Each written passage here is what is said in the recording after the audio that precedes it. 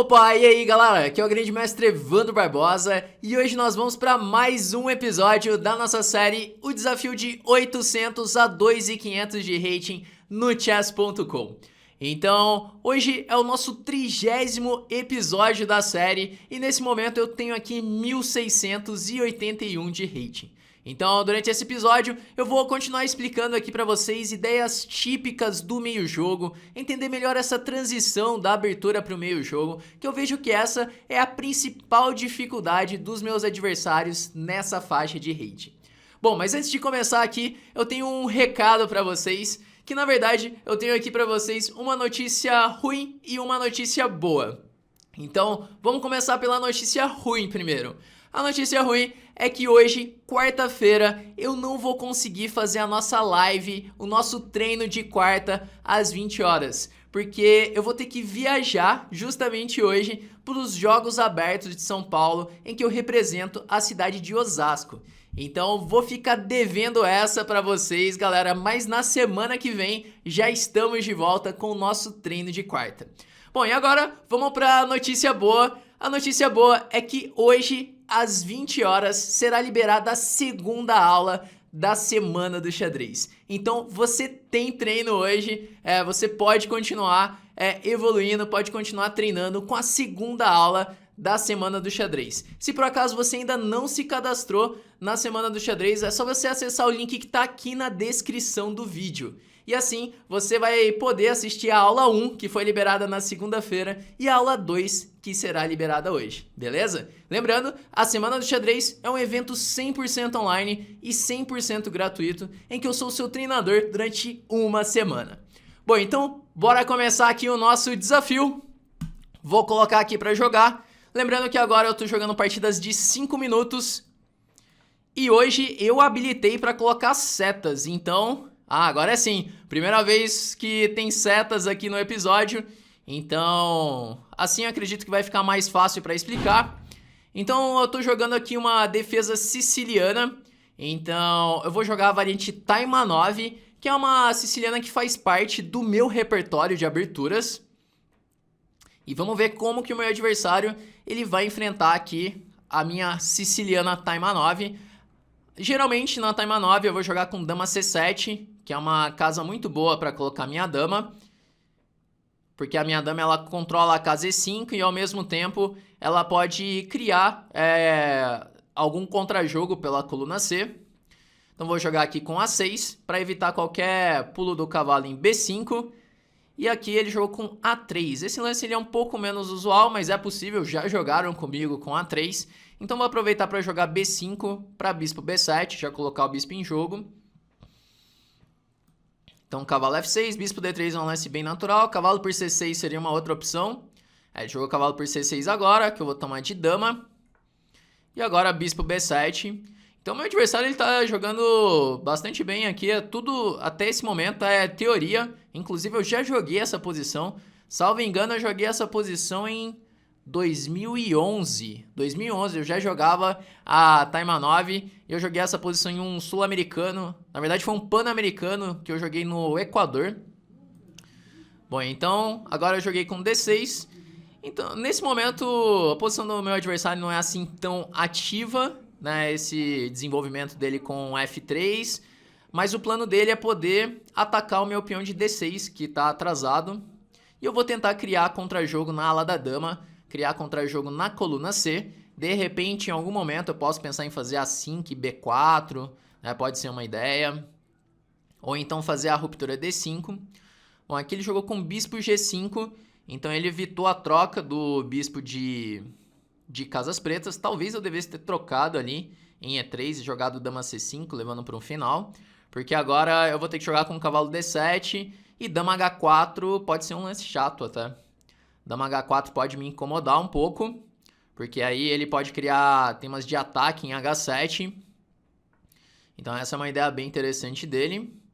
Eu vou aproveitar para jogar aqui com cavalo E5, porque se ele jogar, por exemplo, um F4 agora, eu posso pensar ou em jogar cavalo G6, ou então tomar esse bispo de D3. O problema de tomar o bispo de D3 é que ele pode passar a torre já, tomando de torre e passando essa torre para H3. Era uma ideia bastante interessante para ele essa. Mas aí ele jogou bispo E2 para manter o bispo. Eu vou jogar agora com cavalo G6, tentando incomodar um pouco a dama. De repente eu consigo pegar a casa F4 em alguns casos. Então, até o momento, eu acho que esse é o meu adversário mais forte que eu já enfrentei aqui no desafio. Ele tá jogando bastante firme mesmo. Bom, e agora ele jogou com dama G3.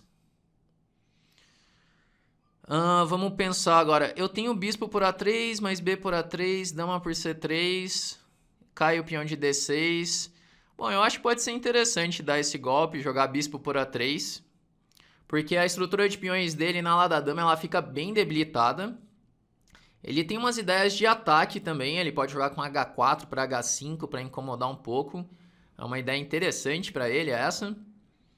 Mas agora a estrutura de peões na ala da dama dele tá bem debilitada, os peões de C2 e A3. Talvez eu tenha que encontrar alguns recursos aqui contra H4, mas parece que foi uma boa decisão ter jogado com o bispo por A3.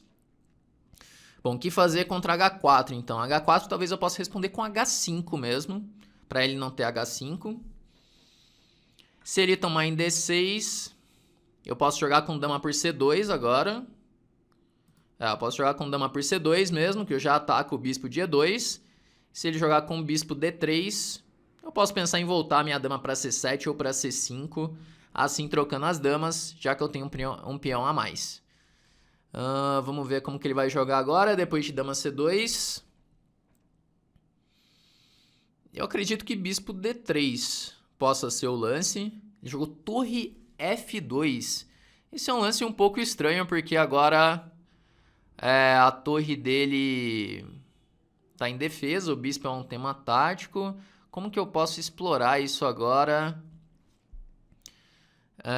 Se eu jogar... Eu queria explorar esse tema tático, mas eu não tô vendo muito claro como que eu vou fazer isso. Dama C5, eu troco as damas, forçado. É uma ideia interessante também, mas ele tem um par de bispos.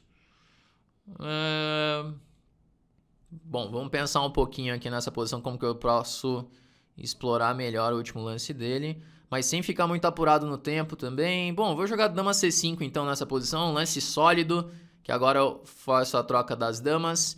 Eu tenho um peão a mais, eu acho que ele ainda vai conseguir criar contra-jogo nessa posição. Eu acabei tomando uma decisão prática para não ficar pior no tempo. Uau, dama D7, mas aí ele esqueceu que a torre em F2 ela tá no ar, né? Eu posso jogar agora dama por F2, porque se ele tomar em B7 eu tomo em E2. E aí ele pendurou uma torre inteira nessa posição. Eu acho que ele vai abandonar. Ele jogou aqui ainda.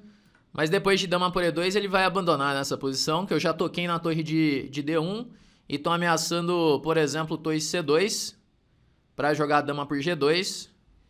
E aqui sem esperanças, né, para ele. Bom, eu vou jogar com H6, porque ele vai ter que tirar o bispo para alguma casa e não tem tantas casas assim para tirar esse bispo. Bom, eu posso jogar cavalo por E7, tem uma torre a mais. E agora minha ideia é jogar, por exemplo, um dama E3, por exemplo, para a torre C1, que aí ele vai ficar sem lances. Bom, eu vou jogar dama E3, então ameacei torre C1, que aí quando ele tomar em C1 eu tô dando mate já. E aí ele não vai ter defesa agora para a torre C1. E agora sim, acho que ele vai abandonar, que agora ele entra na famosa rede de mate aí, né, galera? Vai entrar numa rede de mate aqui, não tem como ele escapar dessa posição depois de torre C1. E agora, o que ele vai fazer, hein? Espero que ele não fique 1 minuto pensando, não fique aqui enrolando 1 minuto e 10. Bom, vou dar mais 5 segundinhos ali pra ele, senão a gente já começa a análise dessa partida. E eu acho que ele vai ficar mesmo esperando, hein? Bom, vamos lá então, né? Vamos começar a análise dessa partida. Só revisando aqui, então eu joguei a siciliana Taimanov, que é essa siciliana com... ele jogou. Ele jogou torre por C1, e aí torre por C1, e aí mate com torre por E1. Beleza, mais 9 pontos de rating aqui, 1690 agora. Vamos só dar uma revisada. Essa eu acho que foi a partida, assim, mais bem jogada até o momento aqui no desafio. Que o meu adversário, ele jogou muito bem a fase da abertura. né? Ele desenvolveu bem as peças, ele fez o plano correto aqui até, jogou com F3. Eu achei que ele jogou muito bem essa posição. Bispo G5, Dama H4, até aqui a posição muito bem jogada. Mas agora depois de cavalo E5, eu acho que ele deveria ter jogado com F4, que é o lance que mais faz sentido aqui. E ele poderia ter um ataque forte na ala do rei. Mas ele jogou com Bispo E2, foi um lance bem passivo. E aí depois de cavalo G3 ele já leva o golpe tático aqui, ele leva o bispo por A3, que é uma ideia típica na defesa siciliana. E agora eu tenho uma melhor estrutura de peões, eu tenho um contra-jogo bem forte. E depois rolou a pendurada aqui, que ele esqueceu a torre em F2 no ar. E aí já conquistei uma vantagem decisiva aqui na partida. Bora pra próxima partida então. Eu acho que a próxima eu devo jogar de brancas. Vamos ver, se a gente pegar um adversário com um rating bem mais alto aqui, é possível chegar nos 1700 ainda hoje. Peguei um adversário que tem um rating bem parecido com o meu. Então eu joguei E4, ele jogou com E5, cavalo F3, D6. Essa aqui, galera, é a defesa Philidor com D6. Ela é uma defesa bastante sólida, porém é uma defesa um pouco passiva. Você pode perceber que o bispo em F8 ele fica preso dentro da cadeia de peões. Bom, eu vou jogar com o bispo B5, acaba transpondo para uma posição de uma Ruy Lopes, a variante Steinitz da Ruy Lopes, que ela é bem parecida com a Philidor, é a mesma estrutura de peões. Bom, agora ele jogou A6, eu vou ter que jogar bispo por C6 aqui, para não perder tempos com o bispo.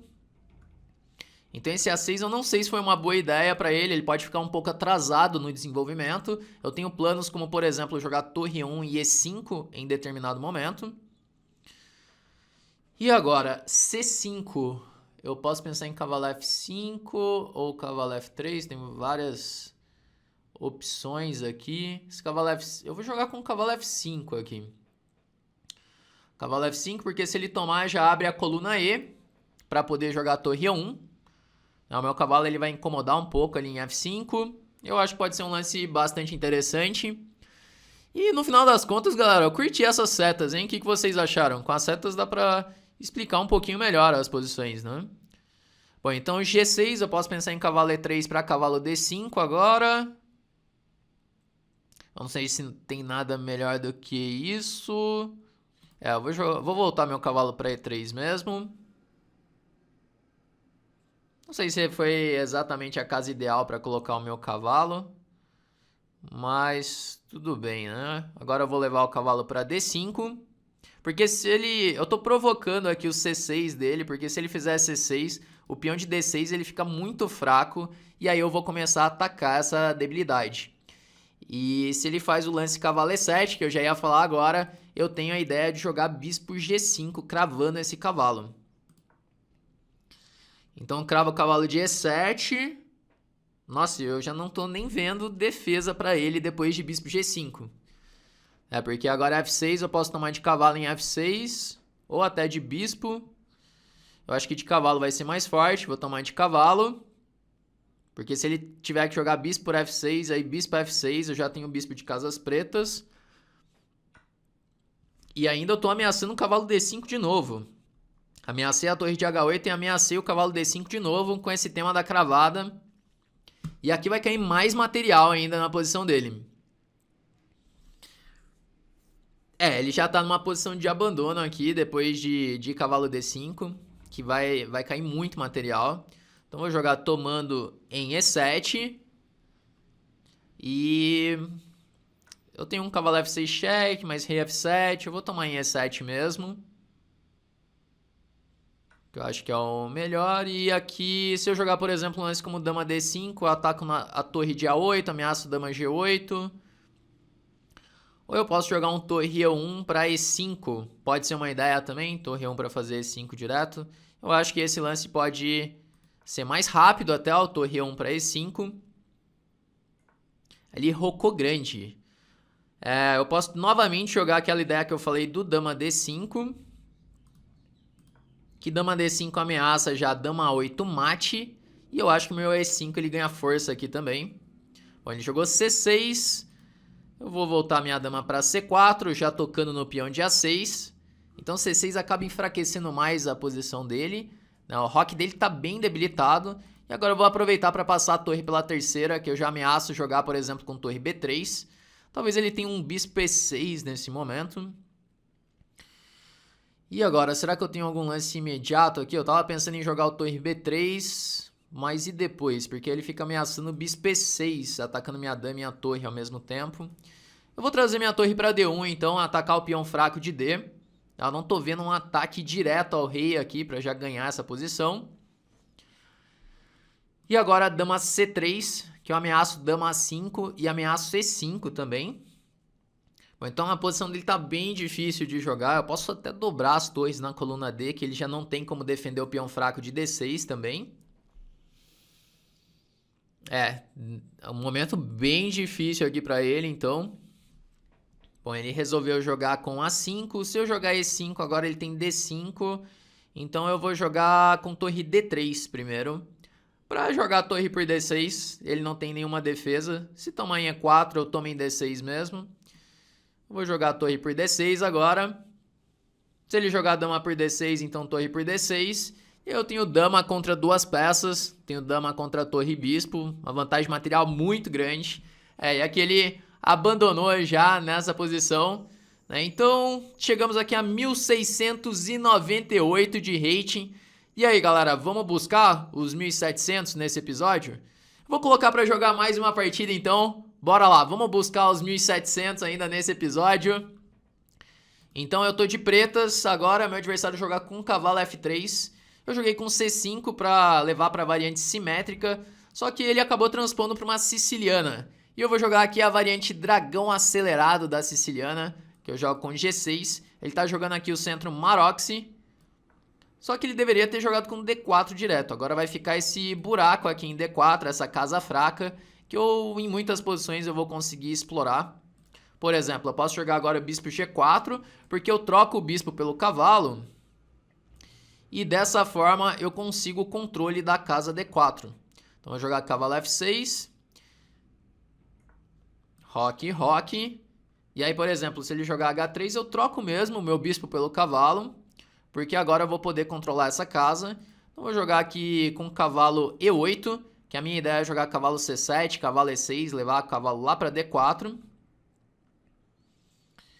E agora... Bom, ele jogou um cavalo D5.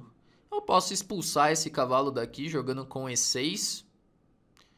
Que não tem nenhum problema nessa posição. Eu acho que ele vai ter que voltar o cavalo para C3 mesmo. O cavalo F4 não parece fazer muito sentido aqui. E o meu plano é jogar com cavalo C7, torre B8, fazer B5 e assim poder criar contra-jogo.